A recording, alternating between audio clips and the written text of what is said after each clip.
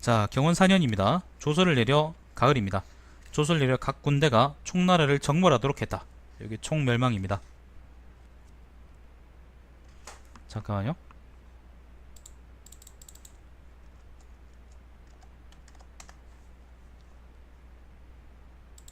총멸망입니다.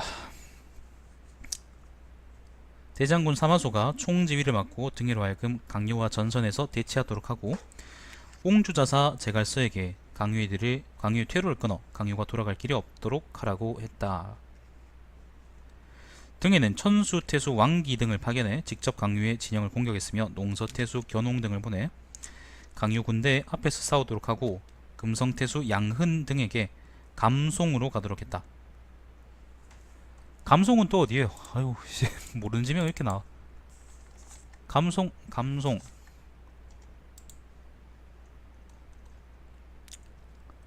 감송이 어디요? 답중서 쪽이네. 답중서 쪽이네. 그러니까 지금 군사 행동이 어떻게 되냐면 어떻게든 이제 촉을 치도록 했고 어 그때 이제 등에 아마 답중이 있었겠죠, 그죠? 답중이나 은평 지역이 있었겠지. 자, 답중이 있었다고 하고 제갈서를 보내서요. 옹주자사 제갈서를 보내서 이제 당뇨가 답중에서 그 어딥니까? 파촉 지방으로 못 들어가게 막아버렸고 그리고 다른 사람들하고 같이 이제 왕기하고 같이 답중을 공격했고요. 그리고 견홍을 보내서는 견홍하고도 이제 공격했고 그리고 양흔이라는 사람을 보내서는 또 이제 답중이 서쪽으로 가서 감송을 먹게 했답니다. 그러니까 아무튼 강요를 포위해서 다른 축군하고 합류하지 못하도록 했던 모양입니다. 여기가 이제 하변이고요. 여기가 한중 지역입니다. 자, 강요는 종우의 군대가 이미 한중에 진입했음을 듣고 물러나 돌아갔다. 한중으로 종우가 들어왔고요. 그 와중에 그래서 강요가 답중에서 물러나서 아마 그 검각으로 들어갔겠죠. 양은 등은 강천구까지 추격해 큰 싸움을 벌였다. 강천구는 또 어딜까?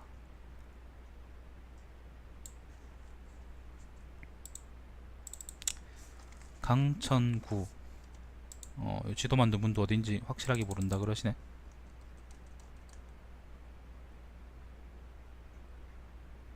여기가 답중입니다. 답중이고 어딘지 모르겠지만은 아마 이쯤일 것이다 라고 답 강천구라고 여기 적어 놓으셨는데 아무튼 보자. 양은 강천구까지 추격해 근선 벌였다. 강요는 답중에서 퇴각해서 강천구까지 왔는데 강천구에서 또 졌답니다. 강요가 폐하에 달하는데 옹주가 제갈서요. 제갈서가 벌써 길을 막고 교두에 주둔하고 있다는 것을 듣고 공함곡으로부터 북쪽 길로 들어가서 옹주 후방을 공격하려고 했다. 제갈서는 그때 교두에서 강요의 퇴로를 막을 생각을 하고 있었나 봅니다. 근데 이제 여기서 강요가 진짜 이게 상세하게 나와 있네. 강요가 공항곡으로 다시 북진해서 옹주가 이제 요 지역이 옹주거든요. 그러니까 공항곡에서 옹주의 후방을 공격하려고 했대요. 제갈서는 옹주에 사니까 자기 그거잖아요. 자기 담당이잖아. 그러면 뚫리면 이제 자기가 책임져야 되니까 제갈서는 이 소식을 듣고 퇴각해 30리를 돌아갔다. 이렇게 길을 물렸답니다. 교두에 있던 그걸 군대를 뺐나 보네요. 강유가 북쪽 길로부터 30여리 진입했는데 제갈서의 군대가 퇴각했다는 소식을 듣고 곧 돌아서 교두를 통과했다. 제갈서는 급히 강유의 퇴로를 차단했지만 하루 차이로 미치지 못했다. 강유는 곧 병사들이 이끌고 동쪽으로 물러나 검각을 지켰는데 종이가 강유를 공격했지만 이길 수 없었다. 되게 급박하다. 제갈서가 아무튼 교두를 막고 있었었는데 뭐고 이거? 제갈서가 교두를 막고 있었었는데 강유가 이제 퇴로가 없으니까 교두 그러니까 제갈서의 임진 옹주를 이제 공격할 생각을 했어요. 잠깐만요.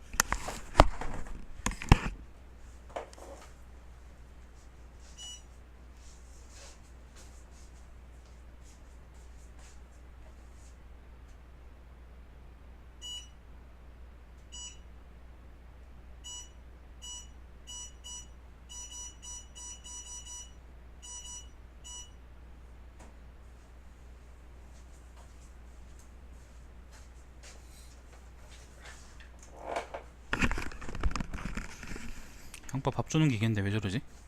그래서 이제 옹주 그러니까 후방을 공격해서 제갈서가 맡고 있는 이제 퇴로를 풀고 요걸로 이제 달아나서 검각까지 들어가서 지켰다고 합니다. 뭐 그렇답니다. 아무튼 강균이 이제 파촉으로 들어가는데 성공했고, 자, 등해가 상소를 올려 말했다. 지금 적군의 역량은 찢어지고 훼손되었으므로 이 기회를 틈타 은평으로부터 작은 길을 달려 한나라의 덕양정을 지나 부성으로 간다면 검각에서 쭉 백리를 지나 성도로부터 300여리 되는 곳에서 기습병이 적의 심장을 뚫을 수 있습니다. 검각의 수비군은 반드시 돌아서 부성으로 달아날 것이고, 이와 같이 되면 종에는 곧 큰 길을 따라 전진할 수 있습니다. 검각의 군사가 돌아가지 않으면 부성을 구원하는 병사는 적을 것입니다. 이 일에 대해서 병서에는 적이 방비하지 못한 것을 공격하고 적이 생각하지 못한 곳을 뚫으라고 있습니다. 지금 적의 텅 빈 곳을 습격하면 그들을 격파하는 것은 필연적입니다. 라고 했어요. 겨울 10월에 등에는, 겨울이네 그것도, 은평길로부터 사람이 없는 땅을 700여리나 행군했다.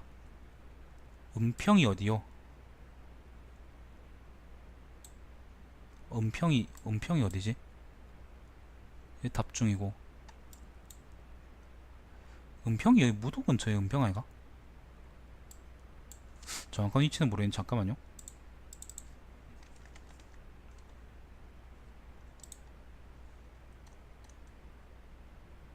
아, 여기 강정구 옆에 이게 은평이구나. 내가 잘못 알고 있었네. 은평에서 등해가 어떻게 가려고 그랬냐면은 여기가 부현입니다.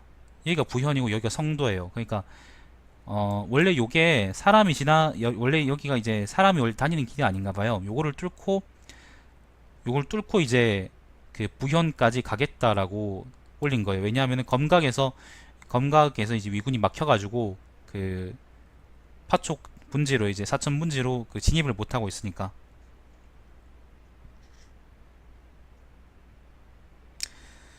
자, 그랬다면 아무튼 700여리나 행군했답니다. 산을 뚫어서 길을 내고 계곡에 다리를 만들었다. 산은 높고 계곡은 깊었으므로 작업은 매우 힘들었고 어려웠고, 또 식량 수송의 어려움으로 인해 거의 위기에 이르게 되었다. 식량이 됨 그러니까 수송을 할 수 있음. 등에는 모전으로 자신의 몸을 감싸고 모포겠지 뭐 산기슭을 따라 내려갔다. 장수와 병사들은 모두 나무를 붙잡고 낭떠러지를 기어오르며 서로 이어서 전진했다. 선두 진영이 강유에 도착하자, 여기 강유 마천령을 넘은 모양이네. 여기 강유입니다. 여기가 강유에 도착하자 총나라 수비대장 마막이 항복했다. 총나라의 위장군 제갈참은 부성에서 면죽으로 돌아와 진영을 나란히 정렬하고 등해를 기다렸다. 이해가 안 돼. 난 강유에서 왜, 그러니까 그 등해가 여기서 사람 없는 길을 뚫고 와서 마천령을 뚫고 와가지고 그 강유까지 왔는데 강유를 그냥 넘겨져 버렸어. 여기서 막았으면 아마 분명히 막을 수 있었을 거란 말이에요. 누워서 코를 파며 막아도 막겠다. 아무튼 이게 강유가 넘어가 버리니까 어떻게 되겠습니까? 부성하고 부하고 그 다음에 어디에요? 면죽하고 그 다음에 성도까지는 그냥 쭉 뚫린 길이잖아요. 위장군 제갈참이 부성에서 면죽으로 돌아와 부에서 면죽으로 돌아와 여기 성도를 방어하려고 그랬는 모양이지. 진영을 나란히 하고 정렬하고 기다렸다. 등에는 아들인 해당 정후 등충 등에게 적의 오른편에서 출격하도록 하고, 사마 사찬 등에게는 적의 왼편에서 출격하도록 했다. 등충과 사찬은 전세가 불리했으므로 나란히 퇴각해 돌아와 말했다. 적을 공격할 수 없습니다. 등에는 화를 내 말했다. 존망의 구분은 이 한 싸움에 달려있다. 어찌 불가능이 있겠느냐. 곧 등충과 사찬을 질타하고 그들의 머리를 베려고 했다. 진짜 눈이 뒤집혔구나. 등충이 자기 아들인데. 등충과 사찬은 급히 돌아가 다시 크게 싸워 격파하고 제갈첨과 상서, 장준의 머리를 베고 낙까지 진군했다. 낙이라는 건 여기 낙성을 얘기하겠죠. 유선이 사자를 보내 배너 유선이 사자를 보내 황제의 옥새와 인수를 받들고 등에게 편지를 써 투항하기를 청했다. 뭐 그렇게 됐습니다. 등해가 성도에 도착하자 유선은 태자와 제왕의 신하 60여 명을 이끌고 결박한 채로 군문에 출두했다. 등해는 부저를 들고 결박을 풀고 관을 태우고 그들을 받아들여 용서했다.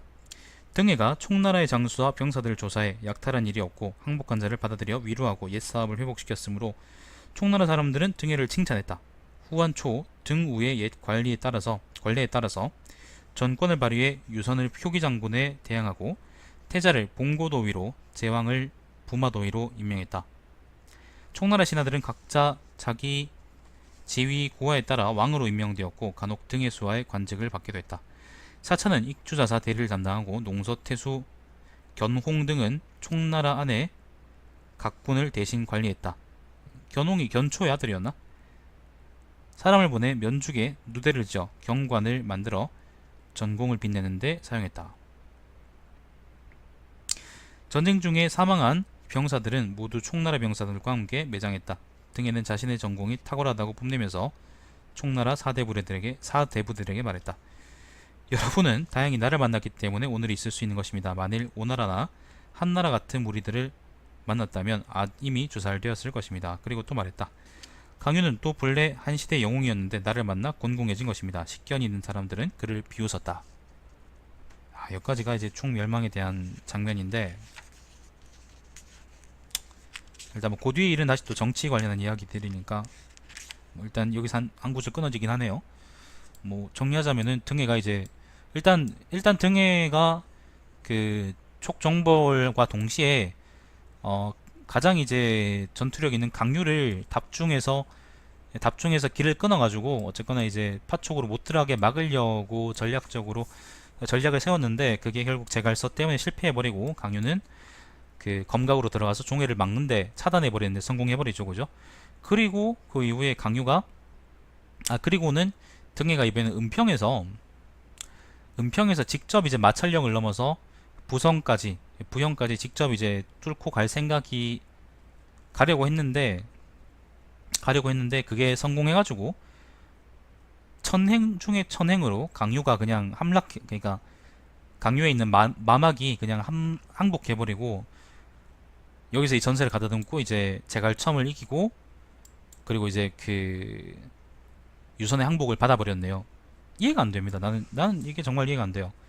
삼국지를 참 많이 읽었고, 그리고 정사로 이제 요걸 보는 거는 직접 보는 건 처음이고, 다른 사람들의 말도 많이 보고 그랬지만 난 정말 이해가 안 돼요. 강유에서 왜 안 막았을까? 그리고 강유에서 왜 안 막았을까? 첫 번째가 드는 생각이 오고, 두 번째는 왜 그 제갈첨은 졌을까? 자기 본진인데 이걸 뚫고 온 거짓대들을 못 막아서 왜 졌을까? 두 번째 의문이고, 세 번째는 유선은 도대체 왜 항복했을까?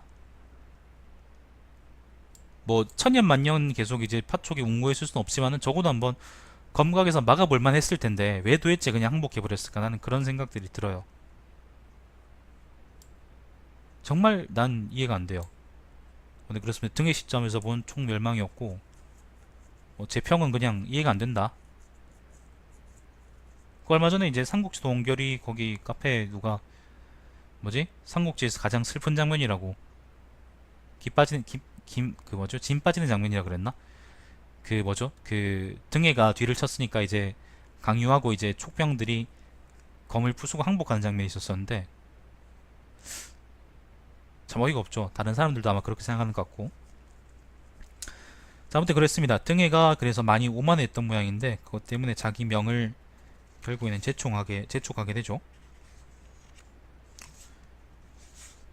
아무리 등해가 이제 누명을 쓰고 죽었다고 하더라도, 그러니까 그때 진수가 이거 쓸 때까지 살아있는 게 아니라고 하더라도 정사에 이렇게 직접 그 등해가 오만하게 굴었다는 얘기를 적었을 정도면은 등해가 정말 많이 오만하게 굴었던 모양입니다. 자기 공이 아마 그 촉정에서 제일 1이라고 생각했겠죠. 아무튼 그렇습니다. 요 말이 참 그거 있네요. 뼈가 있네요. 지각 있는 사람들은, 식견 있는 사람들은 그를 비웃었다.